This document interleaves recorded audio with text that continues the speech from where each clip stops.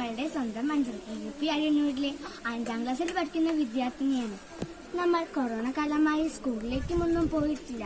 ഓൺലൈനിലൂടെയും ടിവിയിലൂടെയുമാണ് നമ്മുടെ പഠനം മുന്നോട്ട് പോകുന്നത്. അതിനാൽ കൂട്ടുകാരെയും അധ്യാപകരെയും ഒന്നും കാണാൻ പറ്റിയിട്ടില്ല. അതിനാൽ കൂട്ടുകാർക്ക് വേണ്ടി ഒരു കഥയുമായാണ് ഞാൻ വന്നിരിക്കുന്നത്.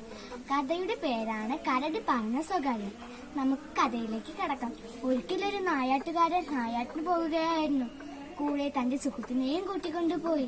അങ്ങനെ ഇരിക്കെ കാട്ടിൽ ഒരുപാട് വഴികൾ അവർ ചെന്നുപോയി. അങ്ങനെ ഇരിക്കെ അവരുടെ നേരെ ഒരു കരടി വന്നു. ഉടനെ അകുന്നിലും താഴെയിട്ട് നായാട്ടുകാരൻ മരത്തിൽ പിടിച്ചു കയറി രക്ഷപ്പെട്ടു. നായാട്ടുകാരന്റെ സുഹൃത്ത് ആദ്യം പരിഭ്രമിച്ചു. എങ്കിലും അല്പം കഴിഞ്ഞപ്പോൾ നായാട്ടുകാരന്റെ സുഹൃത്ത് താഴെ കമഴ്ന്നു കടന്നു. കരടി അയാളുടെ അടുത്ത് ചെന്നു. അപ്പോഴും അയാൾ അനങ്ങിയതേയില്ല. ശ്വാസം അടക്കി പിടിച്ചു കിടന്നു. അപ്പോൾ കരടി അയാളുടെ അടുത്ത് ചെന്ന് മണത്ത് നോക്കി.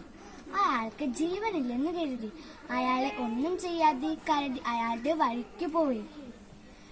അല്പം കഴിഞ്ഞപ്പോൾ നായാട്ടുകാരൻ മരത്തിൽ നിന്ന് ഇറങ്ങി വന്ന് താഴെ കമിഴ്ന്നു കിടക്കുന്ന തന്റെ സുഹൃത്തിനോട് ചോദിച്ചു, കരടി എന്താ നിന്നോട് സ്വകാര്യമായി പറഞ്ഞത്? താഴെ കമിഴ്ന്നു കിടക്കുന്ന തന്റെ സുഹൃത്തിനോട് ചോദിച്ചു.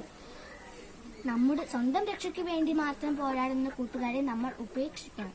നായാട്ടുകാരന്റെ സുഹൃത്തിന്റെ ഈ വാക്കുകൾ കേട്ട് നായാട്ടുകാരൻ ലജ്ജിച്ചു.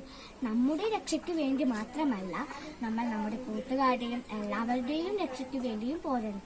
അതാണ് യഥാർത്ഥ കൂട്ടുകാർ. കൂട്ടുകാർക്ക് കഥ ഇഷ്ടപ്പെട്ടുവെങ്കിൽ ലൈക്ക് ചെയ്യാൻ മറക്കരുത്. പുതിയ കഥകളുമായി നമുക്ക് വീണ്ടും കാണാം. Bye bye.